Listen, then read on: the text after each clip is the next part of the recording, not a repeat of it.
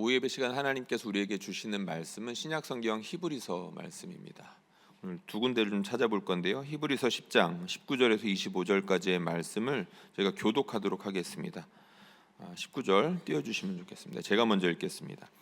그러므로 형제들아, 우리가 예수의 피를 힘입어 성소에 들어갈 담력을 얻었나니 위하여 휘장 가운데로 열어놓으신 새로운 살 길이요 휘장은 곧 그의 육체니라. 또 하나님의 집 다스리는 큰 제사장이 계심에 우리가 마음의 뿌림을 받아 악한 양심으로부터 벗어나고 몸은 맑은 물로 씻음을 받았으니 참 마음과 온전한 믿음으로 하나님께 나아가자. 또 약속하신 이는 미쁘시니 우리가 믿는 도리의 소망을 움직이지 말며 굳게 잡고 서로 돌아보아 사랑과 선행을 격려하며 모이기를 패하는 어떤 사람들의 습관과 같이 하지 말고 오직 권하여 그날이 가까움을 볼수록 더욱 그리하자. 아멘. 로마서 말씀도 우리 한번 같이 읽도록 하겠습니다. 로마서 12장에 있는 말씀인데요, 15절 말씀입니다. 함께 한 목소리로 읽겠습니다. 시작. 즐거워하는 자들과 함께 즐거워하고 우는 자들과 함께 울라. 아멘. 오늘 오후 예배 마치고 나서 CLT 잠깐 따로 모이도록 하겠습니다. 우리 성도님들, 리더님들 꼭 기억해 주시고요. 예배 끝나고 가지 마시고요. 금방 끝나니까요. 잠깐만 같이 모이도록 하겠습니다.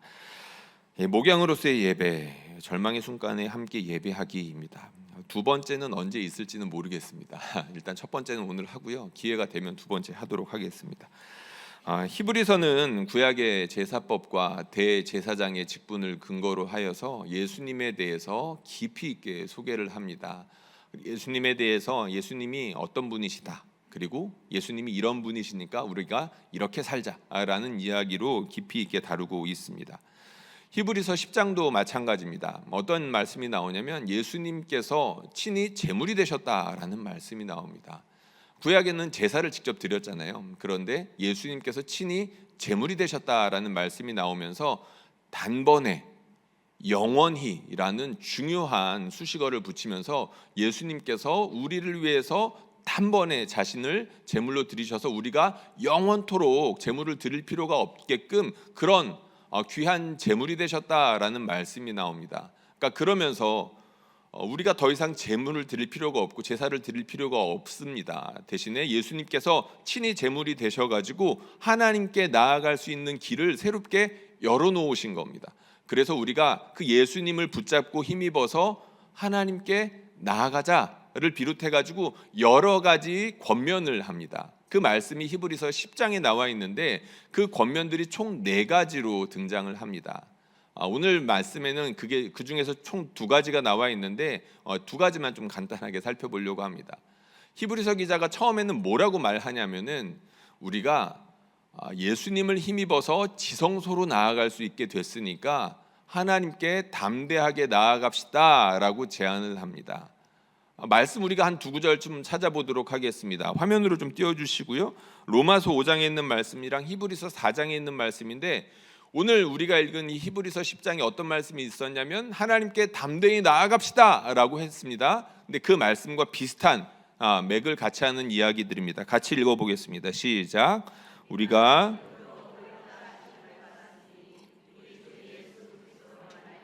하나님과 화평을 누리자. 표현이 좀 다르죠. 우리가 의로운 사람이 됐어. 그러니까 우리가 하나님과 화평하게 지낼 수 있어 라고 이제 바울은 표현을 한 겁니다.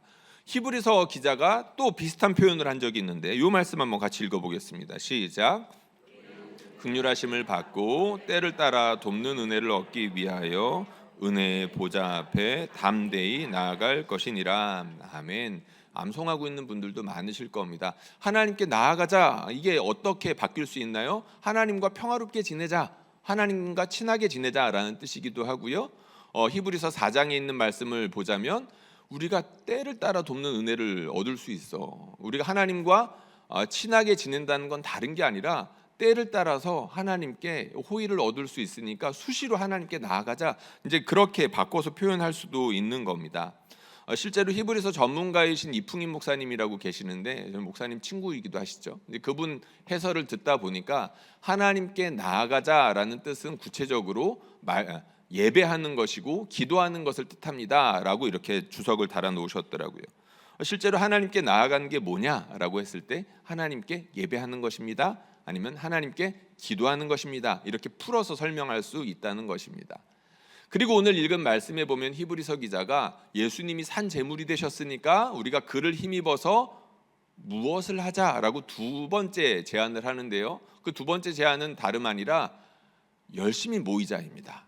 서로 돌아보아 사랑과 선행을 격려하며라고 하죠. 모이기를 피하는 자들은 어떤 사람들의 습관과 같이 하지 말고 그날이 가까이 올수록 더욱 그리하자라는 말씀을 합니다. 그러니까 더 열심히 모이자라고 하는 겁니다. 예수님이 가까이 오는 날, 그러니까 예수님께서 오실 날이 가까이 올수록 더욱 그렇게 해야 된다. 이 말씀을 조금 바꿔서 우리가 나이를 한 살 한 살 더 먹을수록 더 열심히 모여야 됩니다라고 바꿔도 될까요? 저는 그렇게 해도 된다라고 봅니다. 왜 그럴까요? 우리가 주님 뵐 날이 점점 가까이 오기 때문이기도 하기 때문이겠죠. 우리가 나이를 먹어갈수록 다른 사람들을 더 필요로 하고 그리고 다른 사람들을 힘입어서 함께 은혜를 구해야 된다는 것을 히브리서 기자가 또한 말했다라고 저는 봅니다. 두 가지 말했습니다. 예수님께서 제물이 되셨으니까 우리가 하나님께 담대히 나아갑시다. 예수님께서 제물이 되셨으니까 우리가 서로 열심히 모입시다 라고 제안을 했다는 거예요. 그리고 사실 이것은 나뉘어져 있는 이야기가 아닙니다. 두 개를 같이 묶어 놓아도 된다는 거죠. 우리가 하나님께 나아가는데 혼자 나아가지 말고 함께 하나님께 나아갑시다 라고 이야기를 하고 있다는 것입니다. 실제로 초대교회에서는 예배와 교제가 따로 나뉘어져 있지 않았었습니다. 지금은 이제 시간이 정해져 있어가지고 11시부터 12시까지 아니면 예를 들면 9시부터 10시까지 이렇게 시간이 정해져 있어서 이거는 예배고 그 예배가 끝나면 나머지 건 교제고 이렇게 우리가 구분해서 생각할 수 있는데 실제로 처음에 예배가 시작됐을 땐 그렇지 않았다는 겁니다. 어땠을까요? 아무래도 많은 사람들이 모이지 못하다 보니까 서로의 가정들에 가가지고 말씀 중심으로 모이긴 합니다. 근데 말씀과 함께 떡도 떼고 잔도 나누고 그리고 함께 찬양하고 기도하고 이러면서 서로의 이야기들을 나누고 예배와 교제가 어우러져 있다는 것이죠.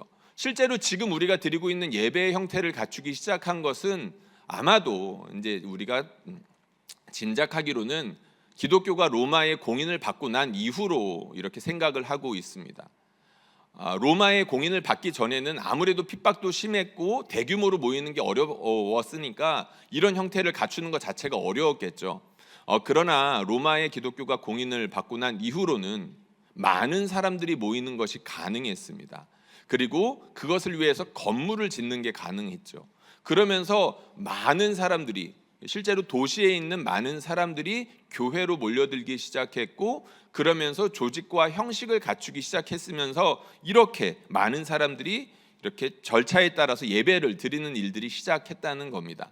그런데 초기에는 그렇지 않았다는 거예요. 실제 예배의 모습을 보면 예배 드리는 것, 말씀, 기도, 찬양 그리고 떡을 떼고 나누는 교제하는 것들이 서로 어우러져 있었다는 겁니다. 왜 이 말을 드리냐면 이 히브리서 기자가 하나님께 나아갑시다, 함께 나아갑시다 라고 하는 게 딴 게 아니라 당시에 예배 드리는 모습을 염두에 두고 이런 권면을 했을 거라는 거죠. 그러니까 여러분들 우리가 주님이 오실 날이 가까이 왔으니까 날마다 더 열심히 모여서 더 열심히 예배합시다 라고 제안을 했다는 것입니다. 여러분 우리가 정말로 열심히 모여야 합니다. 얼마 전에 저하고 친한 목사님 한 분을 만나가지고 이런저런 교제를 좀 나누었습니다. 이분이 좀 많이 변했는데 같이 사역할 때는 이분이 사람 만나는 걸 정말 싫어했던 분입니다. 근데 목사가 사람 만나는 걸 싫어했던 분이에요. 그럼 사역하는 게 굉장히 힘들었겠죠.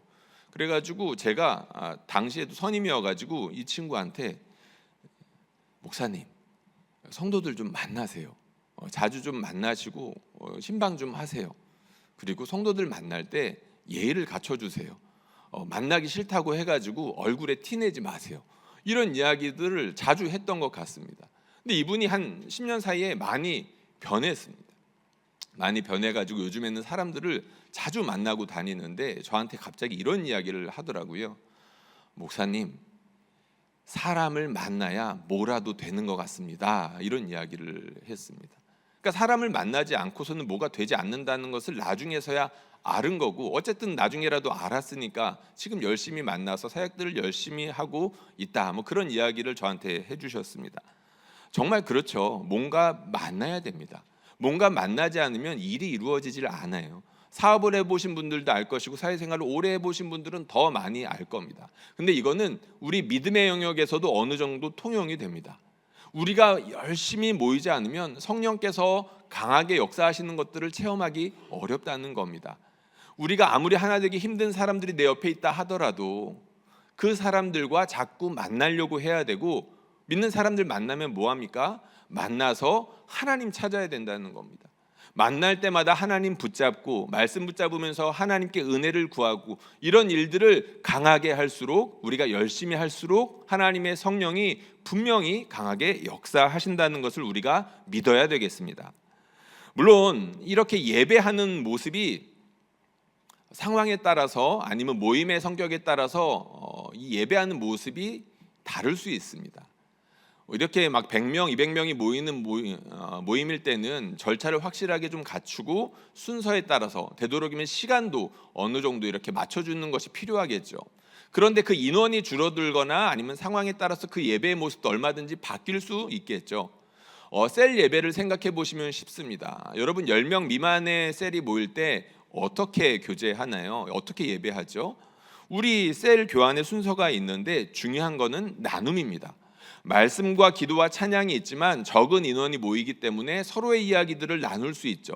말씀을 어떻게 이해하고 있는지, 그 말씀을 생활 가운데서 어떻게 적용하는지를 듣고, 거기에 대해서 우리가 기도 제목도 듣고 함께 서로를 위해서 간절히 기도해 주는 시간이 핵심입니다. 그것이 많이 중요하죠. 가정 예배도 비슷합니다. 가정 예배 때 어떻게 하나요? 가정 예배 들으시는 분들 꽤 있으실 텐데, 가정 예배 때는 형식이 좀 더 자유로울 수 있겠고, 그리고 좀 더 간단할 수 있겠죠. 말씀과 기도와 찬양이 있으면 그것으로 족합니다. 물론 말씀이 꼭 있어야 된다라고 해가지고 이 말은 설교를 해야 된다는 뜻은 아닙니다. 말씀 한 구절을 읽더라도 그 말씀을 같이 읽고 그 말씀에 대해서 나눌 수 있으면 좋고, 나누지 않더라도 좋습니다. 그 말씀을 선포하고 함께 아멘 하는 정도로도 충분할 수 있다는 겁니다. 그렇게 말씀과 기도와 그리고 찬양 역시 대체할 수 있겠죠. 감사하는 나눔 정도로도 얼마든지 바꿀 수 있다는 겁니다. 그러니까 지금 셀과 가정 예배를 이제 대표적인 예로 들었지만 얼마든지 그 모양은 달라질 수 있다는 겁니다. 예배 가운데서 중요한 것은 하나님이고, 하나님께서 은혜를 주시는 수단은 말씀과 기도와 찬양이라는 정도만 우리가 분명히 안다면 예배의 형태는 그것으로 중심을 잡고 얼마든지 변할 수 있다. 이 정도를 우리가 알면 좋을 것 같습니다. 오늘 말씀 제목은 목양으로서의 예배입니다.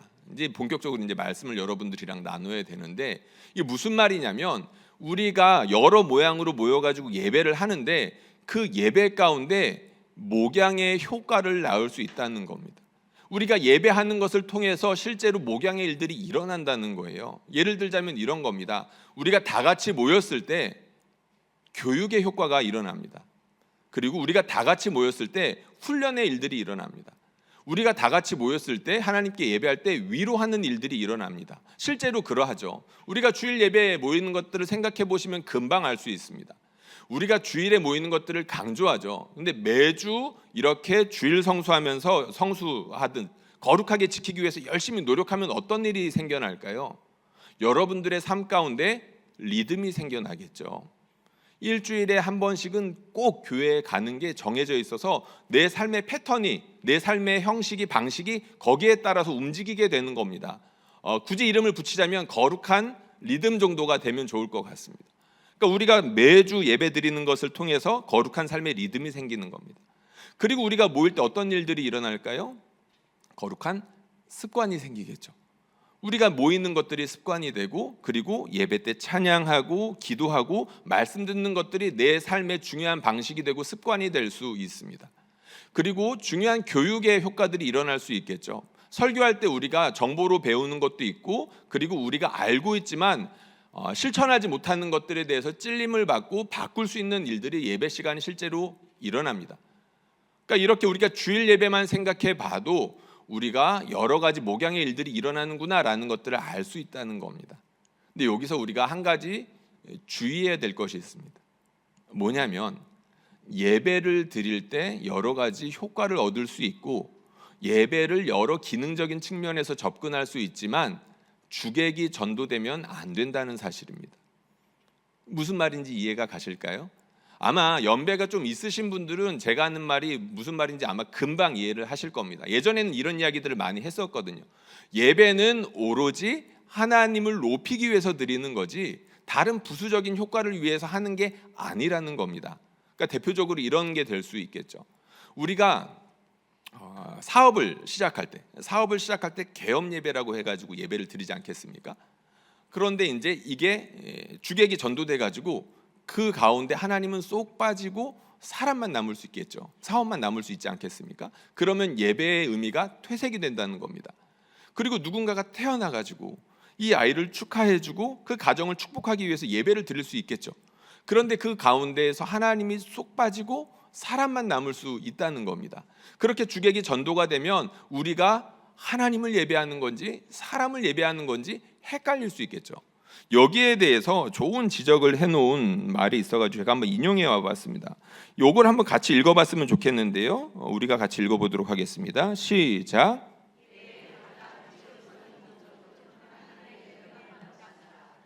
기본적인 의미에서 예배는 하나님을 만나고 하나님께서 만나주시는 와중에 가득한 감동의 자기 비움 외의 다른 기능은 없다. 무언가를 가르치고 조작하고 고의로 흥분을 일으키기 위하여 예배를 이용하는 시도들은 예배를 심각하게 왜곡할 수 있다. 좀 띄워주시고요. 예배 드릴 때 이게 기본이라는 겁니다. 우리가 하나님께 예배할 때 하나님이 최우선이 되어야 되고 다른 부수적인 효과들은 그야말로 부수적인 것이지 그것을 앞세우는 순간 예배의 의미가 퇴색될 수 있다는 겁니다. 하나님께 영광을 돌리기 위해서 모였는데 자기 만족으로 마칠 수 있고 다른 사람들을 높이는 것으로 끝낼 수 있다는 거죠. 그러니까 우리가 적어도 예배의 이름을 붙인 자리라고 한다면 우리가 하나님께 집중하고 있는지 아니면 하나님께 영광을 돌리기 위해서 이 자리에 있는 것인지 스스로를 점검하고 집중할 필요가 있다는 것입니다. 그런데 이제 우리가 여기서 좀 생각해 보고 싶은 게 있습니다. 그러면 우리가 누군가가 돌아가셨을 때 장례 예배를 드리죠. 그리고 누군가가 결혼할 때 축하하기 위해서 결혼 예배를 드립니다. 여기에 예배라는 말을 붙이는 것이 옳을까요? 아니면 틀릴까요? 누가 이렇게 딱 보여가지고 물어보고 싶네요. 권사님 대답 한번 해보시겠습니까? 이름을 부르면 이렇게 해요. 쉬운 문제가 아닙니다. 왜냐하면 교단별로도 다르거든요. 어떤 교단에서는 결혼 예배 혹은 장례 예배 붙이는 것들을 엄격하게 금합니다. 주로 이제 많이 보수적인 교단에서 그렇겠죠. 그런데 예배라고 허용하거나 적극 권장하는 교회들도 꽤 많이 있습니다. 서로의 이유가 있겠죠. 일단 그 많은 이유는 이렇습니다. 주일 예배의 가치를 보존하기 위함입니다. 주일 예배가 그만큼 소중하다는 거죠. 그래서 다른 모임들 가운데에는 일부러 예배라는 것들을 표현을 붙이기를 좀 꺼려합니다. 예배라는 의미를 소중하게 하고 그리고 또 순결하게 하기 위해서 한다는 거죠. 그런데 반대로 결혼식이나 장례식이나 기타 여러 가지 인생의 중대사 가운데에서 모여가지고 예배할 수 있는데 그 모임 가운데 예배를 붙이자고 하는 이유도 중요합니다. 왜 그렇게 붙일까요? 우리 삶의 모든 영역 가운데에서 하나님의 주권이 가장 중요하기 때문입니다. 결혼식을 할 때에도 하나님이 제일 중요하고 누군가가 죽어서 그것들을 함께 슬퍼할 때에도 하나님이 제일 중요하다는 거죠. 그러니까 그런 의미에서 생각해 보면 얼마든지 장례 예배라고 붙일 수 있고 결혼 예배라고 붙일 수 있고 개업 예배라고 할 수 있겠죠. 하나님이 중심이 된다면 그렇게 인생의 중요한 순간 가운데 우리 사람들이 모여서 함께 말씀을 붙잡고 기도하고 찬양하는 가운데 그런 모임을 갖다가 예식이라고 해도 되겠지만 예배라고 격상하여서 그 모임 가운데 하나님을 높이는 것이 얼마든지 가능하다는 것입니다. 오늘은 그 측면에서 이제 이 이야기들을 계속해서 좀 해 나가려고 합니다. 오늘 말씀 제목이 무엇이었나요? 목양으로서의 예배인데, 우리가 예배를 드릴 때 목양의 기능이 분명히 발휘되고 목양의 효과를 누릴 수 있다라고 했습니다. 그리고 옆에 부제목이 있었죠. 혹시 기억하시나요? 한 15분 전쯤에 우리가 제목을 봤었는데 순식간에 제목이 지나가가지고 제목을 아마 잃어버리셨을 수도 있을 것 같습니다. 절망의 순간에 함께 예배하는 것입니다. 기쁨의 순간에도 우리가 예배할 수 있어야 되겠지만 오늘은 절망의 순간에 함께 예배할 수 있는 것에 대해서 좀 나눠보려고 합니다. 우리가 서로 돌아보아 격려하고 사랑과 선행을 격려하라고 했었죠. 수시로 모이라고 했는데 그 수시에 해당하는 일들 가운데 절망하는 순간들이 중요한 부분을 차지합니다. 우리가 언제 절망할까요? 뭐 여러 순간들이 있겠지만 오늘은 딱 두 가지 정도만 생각하고 마치겠습니다. 첫 번째는 아플 때입니다. 누군가가 아플 때 우리는 모이기를 힘써야 된다는 거죠. 내가 아프면 사실 이런 것들을 누군가에게 말하는 것들이 좀 불편할 수 있고, 그리고 귀찮아질 수도 있고 부끄러울 수도 있습니다. 그리고 내 가족이 아프면 여기에 대해서 괜히 부담 끼치는 것 같아서 말하기가 좀 꺼려질 수도 있겠죠. 그러나 이제 우리 믿는 사람들이라면, 그리고 우리가 성령 안에서 하나 되었다는 것을 믿는다라고 한다면 기꺼이 그런 우리의 연약함들을 내어놓고 그리고 함께 모이면서 예배할 수 있어야 된다는 겁니다.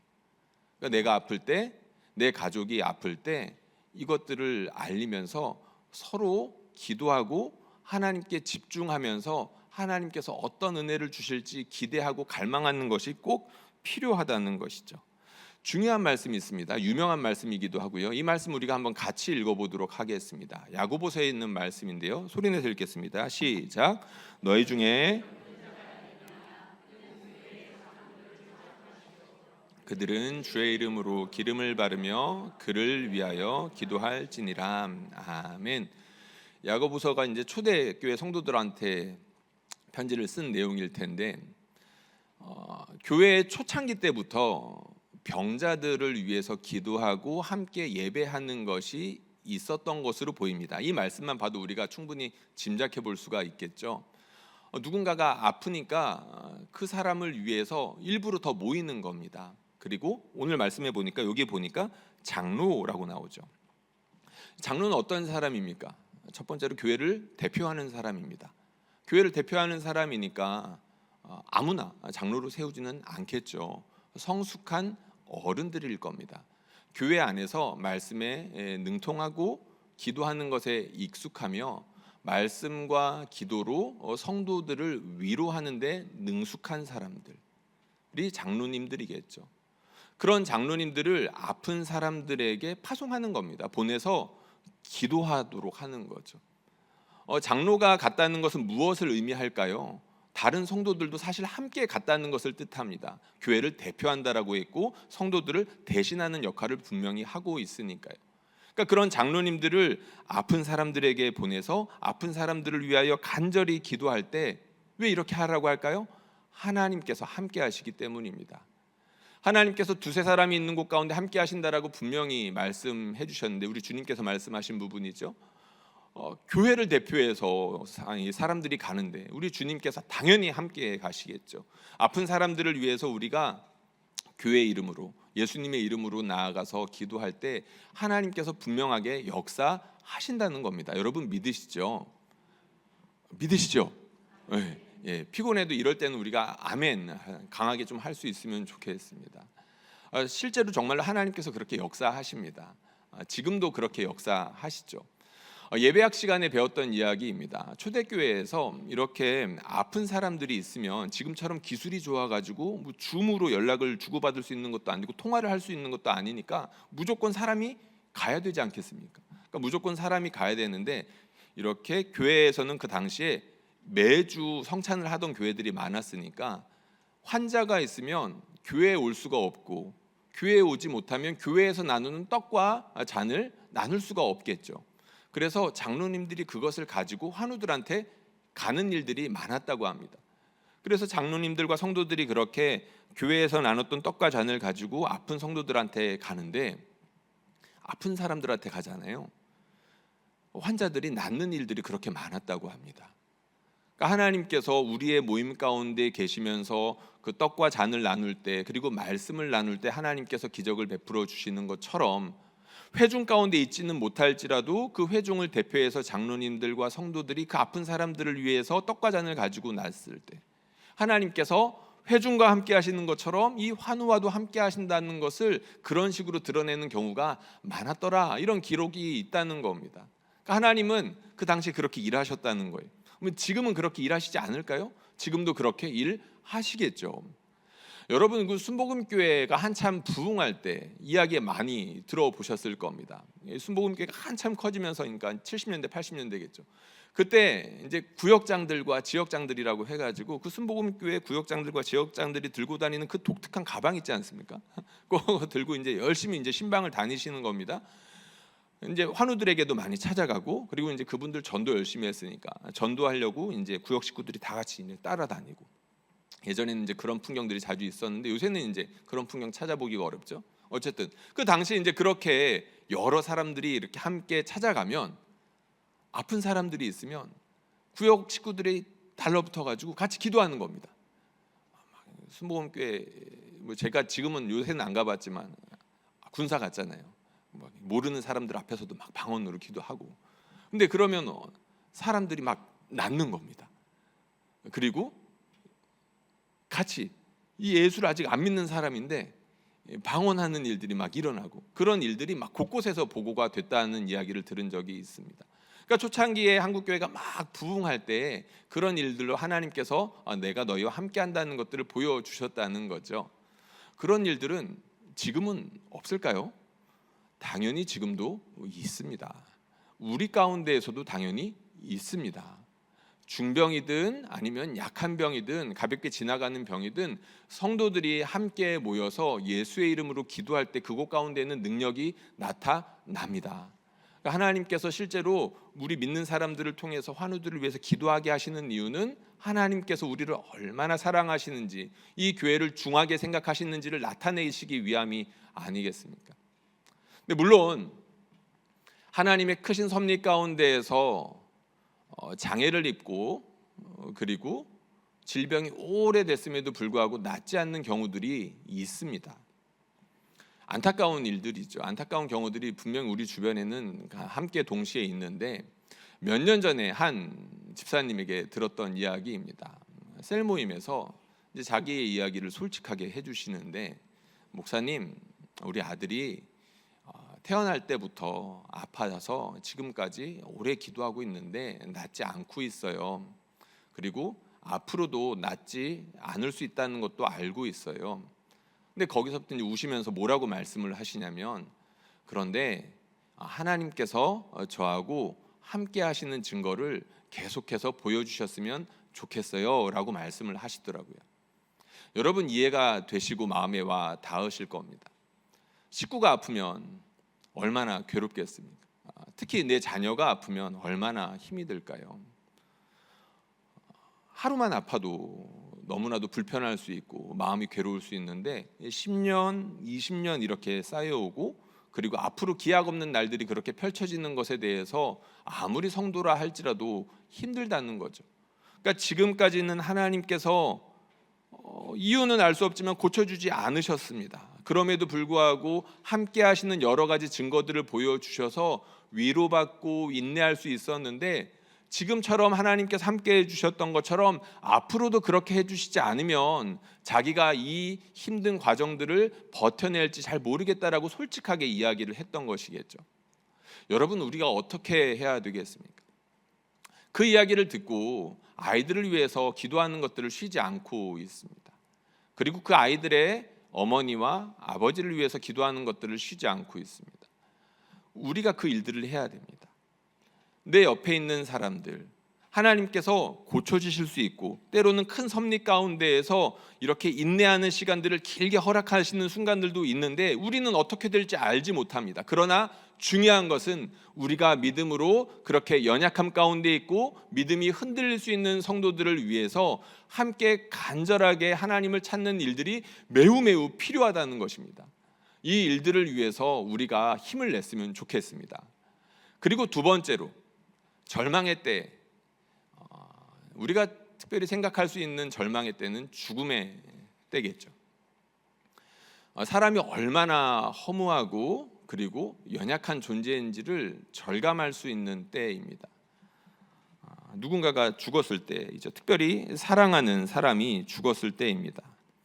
그런데 놀랍게도 그 죽음의 현장 가운데에서 우리는 하나님의 주권을 강하게 선포할 수 있고, 우리 하나님의 능력이 부활의 주님이라는 것으로, 그러니까 부활로 나타난다는 것을 강하게 선포할 수가 있겠죠. 중요한 말씀입니다. 데살로니가 전서에 있는 말씀인데, 바울이 죽음을 당한, 그렇게 사랑하는 이를 죽음으로 떠나보낸 성도들에게 이렇게 하라라고 조언한 장면이 있습니다. 이 말씀 우리가 한번 같이 읽어보겠습니다. 데살로니가 전서 5장에 있는 말씀인데요, 함께 소리내서 읽겠습니다. 시작. 형제들아, 자는 자들에 관하여는 너희가 알지 못함을 우리가 원하지 아니하노니, 이는 소망 없는 다른 이와 같이 우리가 예수께서 죽으셨다가 다시 살아나심을 믿을진대, 이와 같이 예수 안에서 자는 자들도 하나님이 그와 함께 데리고 오시리라. 그러므로 이러한 말로 서로 위로하라. 아멘. 데살로니가 교회는 사도 바울이 몇 개월 머물지 않았던 교회입니다. 그러다 보니까 조금 연약할 수 있었겠죠. 외부의 핍박이나 외부의 조건 때문에 충분히 흔들릴 수 있는 그런 교회였었습니다. 그럼에도 불구하고 이 지역에 있는 교회로부터 좋은 소식들이 많이 들려왔습니다. 그리고 동시에 이 지역으로부터 많은 질문들이 바울에게로 갔던 것 같습니다. 그 중에 하나가 무엇이었냐면, 내 사랑하는 가족들이 죽었습니다. 아니면 우리 성도가 죽었습니다. 우리가 어떻게 반응해야 될지 혼란스럽습니다. 이런 질문이 있었던 것으로 보입니다. 그래서 바울이 거기에 대해서 답을 한 거죠. 뭐라고 답을 했습니까? 예수님께서 부활하신 것처럼 믿음 안에서 자는 자들도 다 부활할 거야 라고 이야기를 하고 있습니다. 그리고 중요한 것은 너희 가운데에서 이 부활의 진리를 서로 말하면서 슬픔을 당한 사람들을 위로해 라고 말하고 있다는 것이죠. 부활의 진리를 서로 말하면서 위로하라고 말하고 있다는 것입니다. 부활의 진리를 서로 말하는 것만으로도 성령께서 역사하신다는 것이고, 거기로부터 참된 소망과 위로가 나온다는 것을 바울이 조언하고 있다는 것이죠. 누군가가 죽어서 너무나도 절망에 빠져 있을 수 있습니다. 방금 전까지, 며칠 전까지 함께 사랑을 나누고 대화를 나누던 사람이 갑자기 움직이지 않을 수 있고, 따뜻했던 체온이 사라질 수 있겠죠. 장례를 치르다 보면 입관의 때, 그리고 화장의 때 참 많이 웁니다. 성도들이 그렇게 많이 웁니다. 슬프죠. 왜 입관과 화장의 때 그러할까요? 더 이상 얼굴을 볼 수 없고 마지막으로 보는 거니까요. 그리고 더 이상 만질 수 없으니까 그 괴로움이 많이 큰 것입니다. 그러한 순간 가운데 근데 놀랍게도 바울은 부활의 진리를 서로 선포하면서 하나님의 성령을 힘입어 위로하라라고 말하고 있다는 것이죠. 한 7년, 8년 전쯤 저희 교회 오기 전에 있었던 일입니다. 전에 섬기던 교회에서 참 잊을 수 없는 장례인데, 한 아이가 태어나자마자 아프다는 그런 진단을 받았습니다. 심각한 장애가 있어서 오래 살지 못할 겁니다 라고 의사 선생님이 이야기를 했습니다. 실제로 한 1년 정도 지나고 난 다음에, 그러니까 아기가 태어난 다음에 1년이 지나지 않아서 이 아이가 금방 죽고 말았습니다. 그래서 이 아이를 위해서 성도들이 위로하고 싶고, 그리고 어떻게든 힘을 주고 싶은데 그 가족들에게 할 말이 없죠. 뭐라고 말을 하겠습니까? 그래도 성도들이 모였습니다. 교회를 이제 다니시는 분이고, 물론 이제 부부가 있었는데 남편은 교회를 다니고 아내는 교회를 다니지 않고 있었습니다. 그래서 장례를 이제 치러야 되는데, 첫날 그 아기의 할아버지가 마침 장로님이셨습니다. 그 할아버지가 한참을 고민하시다가 입술을 떼시면서 이렇게 기도를 하셨습니다. 주신 이도 여호와이시오, 거두신 이도 여호와이시오니 여호와의 이름이 찬송을 받을지어다. 지금 생각해봐도 어떻게 이 기도를 하실 수 있었을까 사실 짐작이 잘 안 됩니다. 할아버지로서 얼마나 괴로우셨을까요? 그런데 믿음으로 그 눈물을 머금고 그 말로 기도하시는 것을 보면서 많은 성도들이 참 슬프기도 하면서 위로를 받았던 것 같습니다. 그 첫날에 그 기도를 마치고 제가 설교를 했습니다. 설교의 모든 내용은 다 기억할 수 없지만 주제는 이거였습니다. 아기가 하나님 곁으로 갔습니다. 그래서 아기는 우리에게 돌아올 수 없습니다. 그러나 우리가 머지않아서 하나님 곁으로 우리도 같이 갈 수 있습니다. 그러니 조금만 기다립시다. 이 말씀이 그분들에게 위로가 됐는지는 알지 못합니다. 그리고 그 다음 날 그 교회 담임 목사님께서 위로의 말씀을 전해주셨습니다. 어떤 말씀을 전해주셨냐면 본인의 가슴 아픈 이야기를 해주셨습니다. 셋째를 낳았는데 출산하자마자 그 아이가 하늘나라로 간 이야기를 어렵게 꺼내시면서 그 성도를 위로하시는 모습을 보았습니다. 그렇게 장례를 하루 이틀 3일째 다 마치고 난 다음에 놀라운 일이 생겼습니다. 어떤 일이 생겼냐면 그 아기의 엄마가 교회를 다니지 않았다라고 말씀을 드렸잖아요. 근데 이 아이의 엄마가 장례를 마치고 그 다음 주부터 교회를 나오기 시작하셨습니다.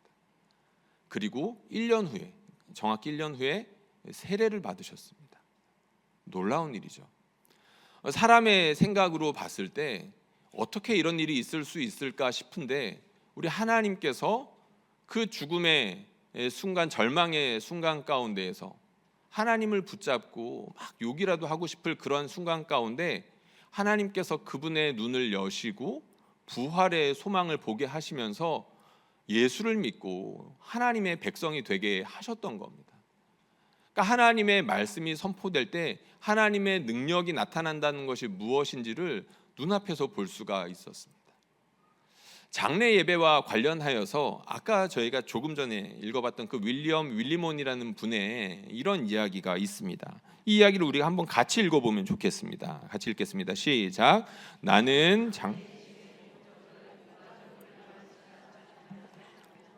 다른 기독교 예배들처럼 하나님을 예배함이라고 주장한다. 장례 예배에서 우리는 하나님께 초점을 맞추고 예수 그리스도 안에서 우리를 향한 하나님의 사랑에 비추어 우리의 생명과 죽음을 조명하게 하는 탁월한 기회가 된다. 이렇게 의도적으로 하나님께 집중할 때 오히려 목회적으로도 더욱 도움이 된다. 이는 장례 예배에만 해당되는 게 아니겠죠. 아픈 사람을 위해서 함께 예배할 때, 그리고 나중에 기쁜 일들이 있을 때 예배할 때 마찬가지입니다. 일부러라도 우리가 하나님께 집중, 특별히 하나님께서 우리에게 주신 그 말씀에 집중할 때 하나님의 성령이 강하게 역사하시면서 소망 없는 사람들에게 참된 소망을 허락하시고 도무지 위로받을 수 없을 것 같은 상황 가운데 참된 위로를 주신다는 것입니다. 이것을 우리가 강하게 믿을 수 있기를 바랍니다. 하나님께서 소망 없는 자들에게 이러한 식으로 소망을 주신다는 거죠.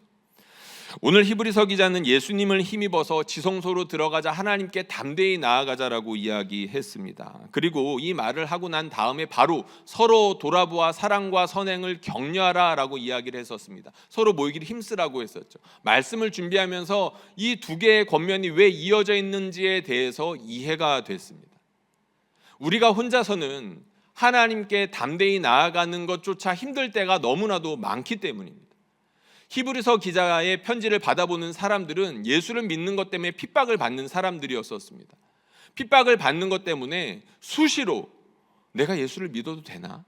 아니면 나만 예수를 안 믿어도 우리 가족들이 편할 텐데 라는 생각들이 얼마든지 있을 수 있는 그런 상황 가운데 이 편지가 쓰였다는 거죠.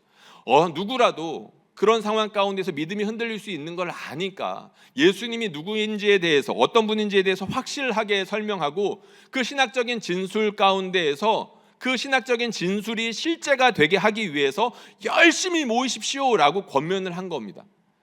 열심히 모일 때, 열심히 모여서 하나님을 예배하기 시작할 때 우리가 머리로 믿고 있었던 그런 신학적인 진술들이 참으로 되는 것을 우리가 경험할 수 있기 때문입니다. 그렇게 함께 모여서 열심히 모여서 예배할 때에 우리가 머리로 믿고 있던 것들이 진짜였구나. 예수님께서 나를 위하여 죽으셨구나. 예수님께서 우리를 성령으로 하나 되게 하셨구나라는 것들을 실제로 우리 모두가 함께 느낄 수 있도록 이끄신다는 것입니다. 이것을 위해서 이 두 개의 권면을 붙여놓은 것이구나.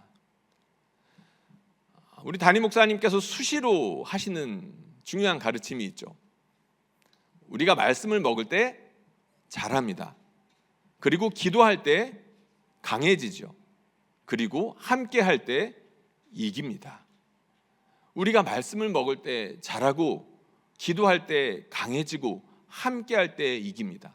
그러니까 함께 말씀 보고 함께 기도할 때 우리가 이 모든 믿음의 환난 가운데서 믿음이 흔들릴 때 우리가 이길 수 있다는 겁니다. 끝까지 이 경주를 감당할 수 있는 하나님의 능력이 우리에게 부어진다는 것이죠. 특별히 오늘은 CLT로 모이기도 했습니다. 이곳에는 중직분들도 많으시죠.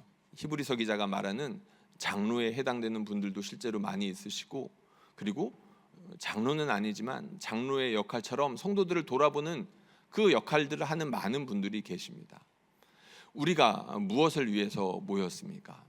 우리가 성도들을 목양하는데, 특별히 함께 간절하게 하나님을 붙잡으면서 믿음이 연약해진 성도들을 강하게 하기 위해서 우리가 부름을 받았습니다. 여러분들이 교구장이든 리더이든 우리가 그 일로 부름받았다는 것들을 분명하게 기억할 수 있으면 좋겠습니다. 우리가 그것을 기억하고 함께 정말로 예배하기 힘든 순간에 처한 우리 성도들을 찾아가고 붙들고, 그리고 다른 사람들과 함께 그를 위하여 은혜를 구할 때 하나님의 성령이 강하게 역사하실 것입니다. 바라기는 저와 여러분들을 통해서 그렇게 우리 하나님의 성령이 풍성하게 역사하시고 은혜 주시기를 주님의 이름으로 축복합니다.